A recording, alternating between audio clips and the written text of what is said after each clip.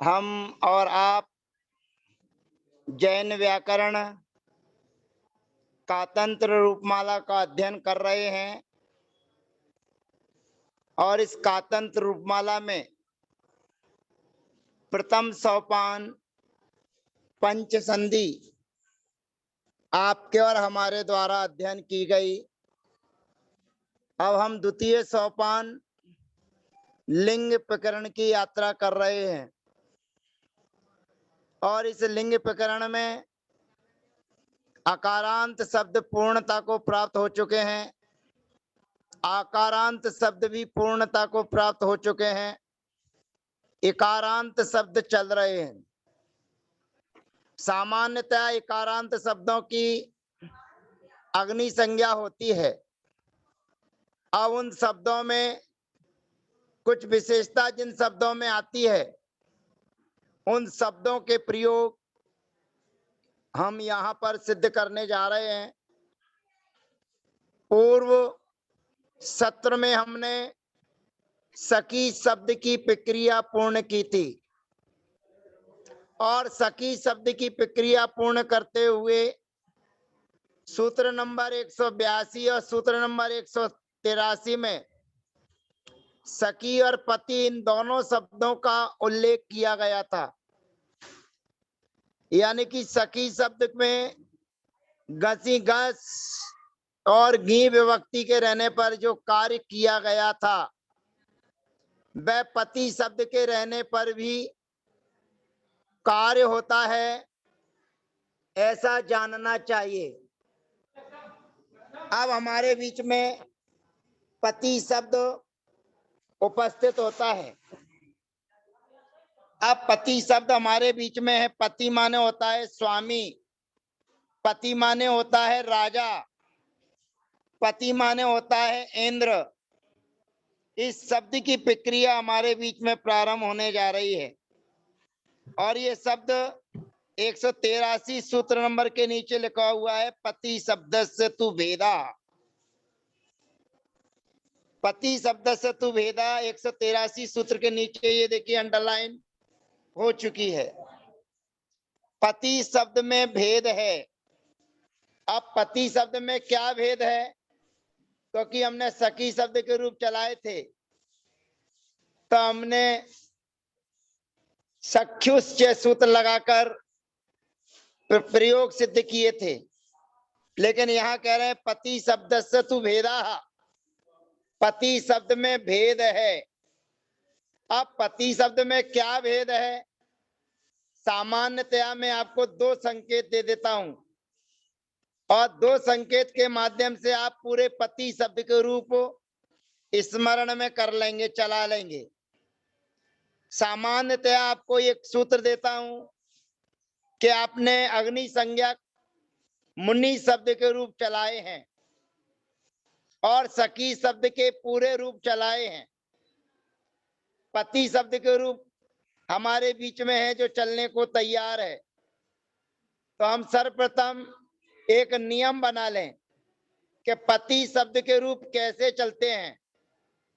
तो पति शब्द के रूप प्रथमा विभक्ति, द्वितीया विभक्ति और संबोधन में मुनि शब्द के समान चलते हैं। ध्यान से समझ लीजिए, लिख लीजिए। पति शब्द के रूप प्रथमा विभक्ति में और द्वितीया विभक्ति में और संबोधन में मुनि के समान प्रयोग सिद्ध होते हैं और तृतीय आदि विभक्ति में सखी शब्द के समान रूप सिद्ध होते हैं, ऐसा जानना चाहिए। अंतर केवल इतना आता है कि सखी शब्द में अग्नि संज्ञा का निषेध टा विभक्ति से होता है और यहां पर भी टा विभक्ति से होता है, पर यहां कहते हैं पति रसमासे। पति शब्द की असमास में अग्नि संज्ञा होती है। यानी कि अग्नि संज्ञा नहीं होती है। स्वतंत्र रूप से पति शब्द है तो उसकी अग्नि संज्ञा नहीं होती है, और यदि समास में है, समास के साथ है, तो उसकी अग्नि संज्ञा हो जाती है। और सकिष्टादावग्नि, न सकिष्टादावग्नि, सखी शब्द में भी टा आदि विभक्तियों के रहने पर अग्नि संज्ञा नहीं होती है।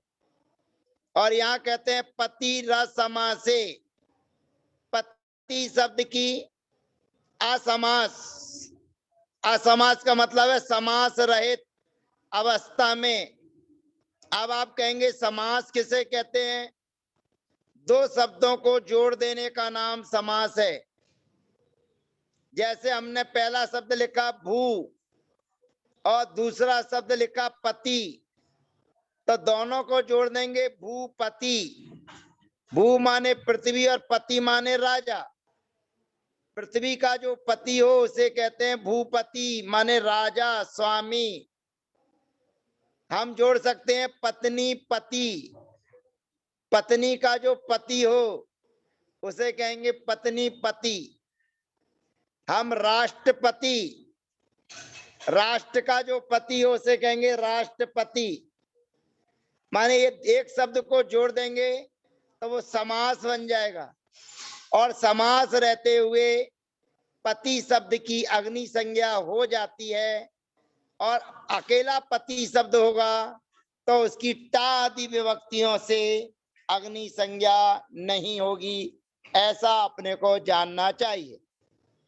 अब हम प्रयोग सिद्ध करते हैं। सबसे पहली सी विभक्ति लेकर आते हैं, और सी विभक्ति लेकर आते हैं जैसे हमने नियम बना लिया कि प्रथमा द्वितीय और संबोधन में हमें मुनि के समान कार्य करना है। तो मुनि के समान सबसे पहले काम करते हैं पति धन सी। यहाँ पर रेप शोर विसर्जनीय, तो बन जाएगा पति ही। द्वितीय विभक्ति में पति धन औ, औकारा पूर्वम। औकारा पूर्वम का मतलब है अग्नि संज्ञक से परे औ, उसके स्थान पर जो अग्नि संज्ञक शब्द है वही हो जाता है। यानी कि औ के स्थान पर ई हो जाता है और समाना सवर्णे दीर्घी भवती, तो ये बनता जाएगा पति।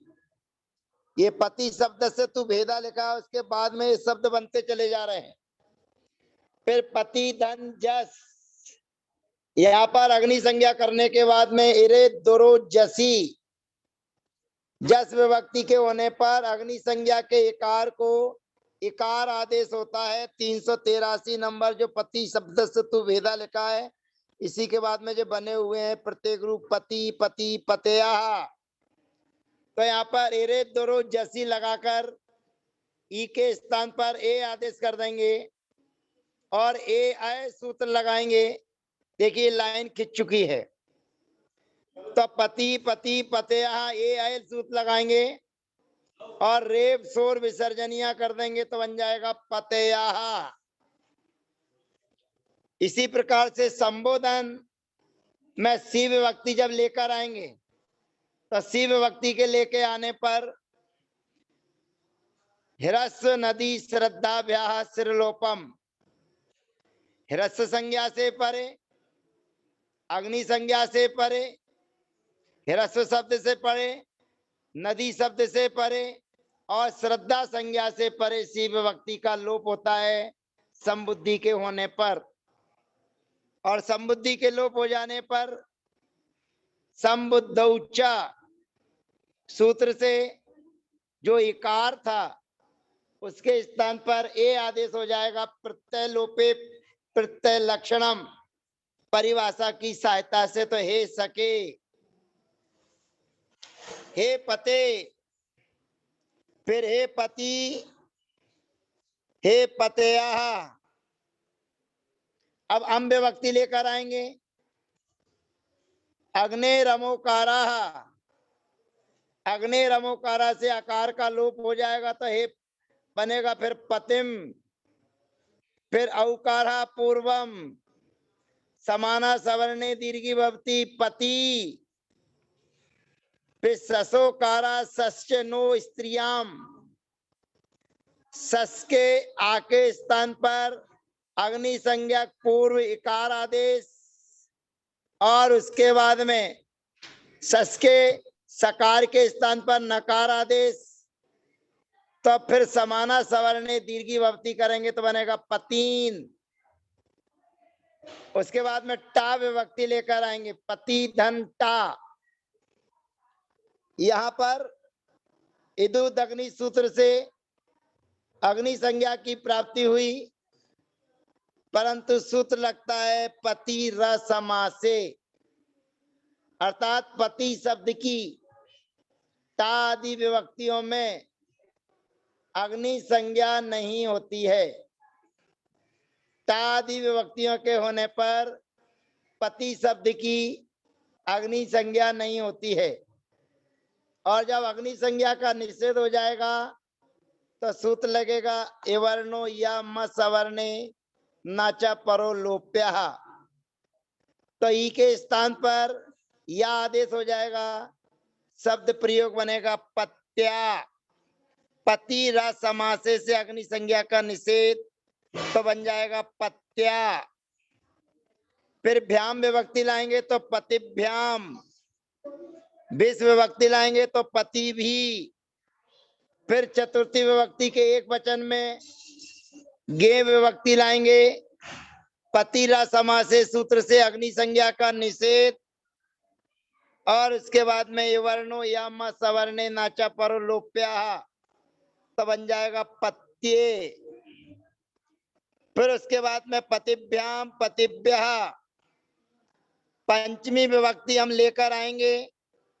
पंचमी और षष्ठी विभक्ति में गस और सस विभक्ति के आने पर गसी गसो रलोपश्च, गसी गस के आकार का लोप होता है, और अग्नि संज्ञक जो आकार है इकार है उसका ए आदेश होता है अग्नि संज्ञा में।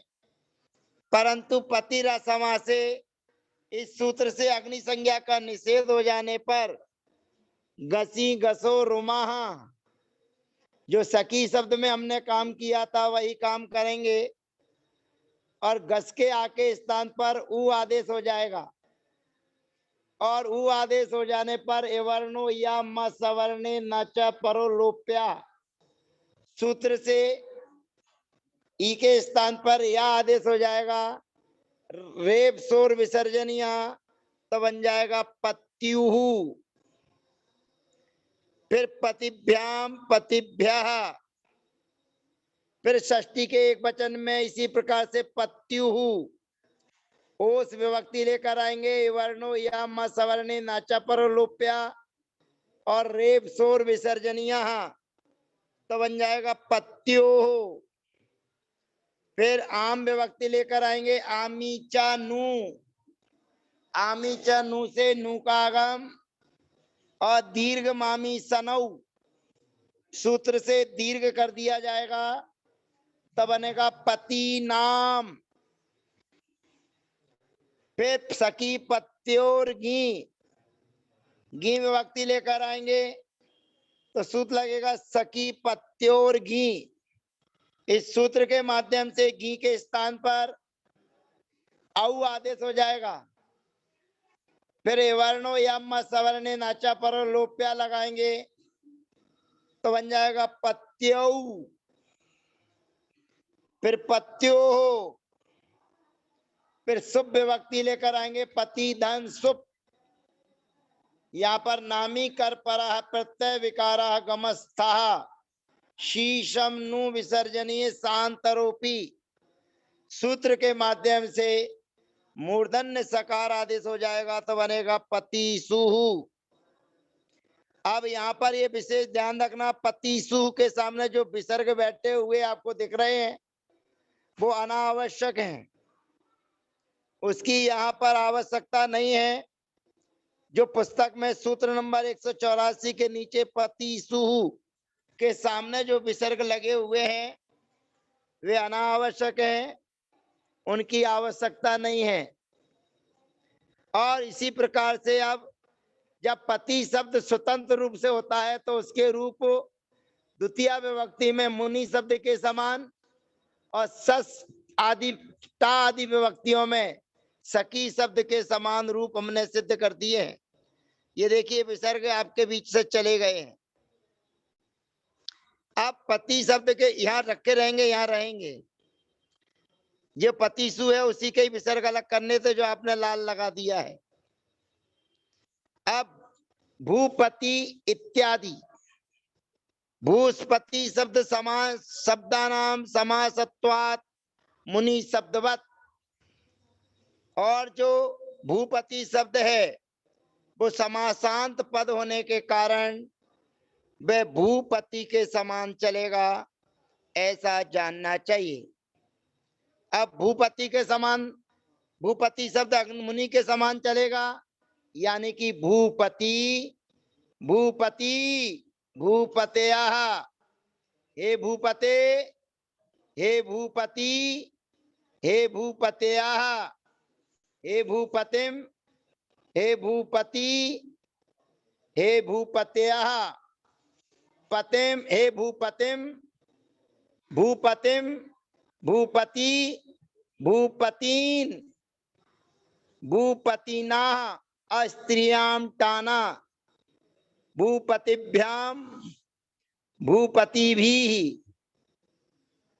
भूपतये गे, सूत्र से ई के स्थान पर ए और ए आए, भूपतये, भूपतिभ्याम, भूपतिभ्यः, भूपतो, घसी घसो रलोपश्च, घस के आगे इसका लोप और ई के स्थान पर ए आदेश, और रेप शोर विसर्जनीय, भूपते, भूपतिभ्याम, भूपतिभ्यः, भूपते, भूपत्यो, आमीचानु भूपति, दीर्घमामी सनौ पति नाम, फिर गिनौ स पूर्व, गसी गस, गी विभक्ति के गी के स्थान पर और अग्नि संज्ञक ई पति के दोनों के स्थान पर औ आदेश हो जाएगा तो बनेगा भूपतौ, फिर उसमें भूपत्यो, और शुभ विभक्ति में भूपतिषु। इस प्रकार से प्रयोग सिद्ध हो जाते हैं। अब हमारे बीच में पंक्ति शब्द से तू भेदा, पंक्ति शब्द में भेद है, ये सूत्र शब्द हमारे बीच में आ जाता है। इसमें भी अंत में इकार है, इसलिए अग्नि संज्ञक है, और अग्नि संज्ञक होने के कारण सामान्य अग्नि की तरह रूप चलते तो इसको अलग से कहने की आवश्यकता नहीं पड़ती। अलग से कहा गया है, इसका मतलब इसमें कुछ विशेष कार्य होना है। अतः पंक्ति शब्द की प्रक्रिया को हम अगले सत्र में आपके बीच में लेकर आएंगे। तब तक के लिए आज्ञा चाहते हैं, अनुमति चाहते हैं। वंदना, जय जिनेन्द्र, सबको यथा योग अभिवादन।